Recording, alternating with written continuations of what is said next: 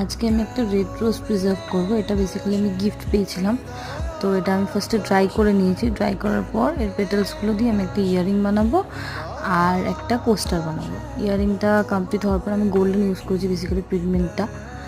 এরপরে আমি আমার গোল্ডেনটা খুবই ভালো লাগে, আমি বেশিরভাগ আমার রেজিনের কাছে গোল্ডেনটা ইউজ করি। তো এটা প্রিজার্ভ করার পর লাস্ট গোল্ডেন লেয়ার দিয়ে দিয়েছি। দেন তারপরে আমি আমার নামের একটা ইনিশিয়াল ভেবেছি মাঝখানে দেবো এ। তো ওর জন্য আমি হোয়াইট যে স্টোনসগুলো আছে হাফ কাট মতি, ওটা ইউজ করেছি। স্মল সাইজের, খুব বড় না, বা মিডিয়াম সাইজ বলা যায়, ওটা ইউজ করেছি।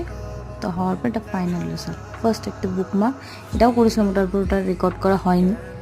তারপরে হচ্ছে এই দুটো ইয়ারিং আর তার সাথে কোস্টারটার কম্বিনেশনটা দেখতে ভালো লাগছে, এটার গ্লজিনেসটাও খুব ভালো এসছে। এই যে এটা হচ্ছে বুকমার্ক আর এটা হচ্ছে ইয়ারিংস আর আমার কোস্টার।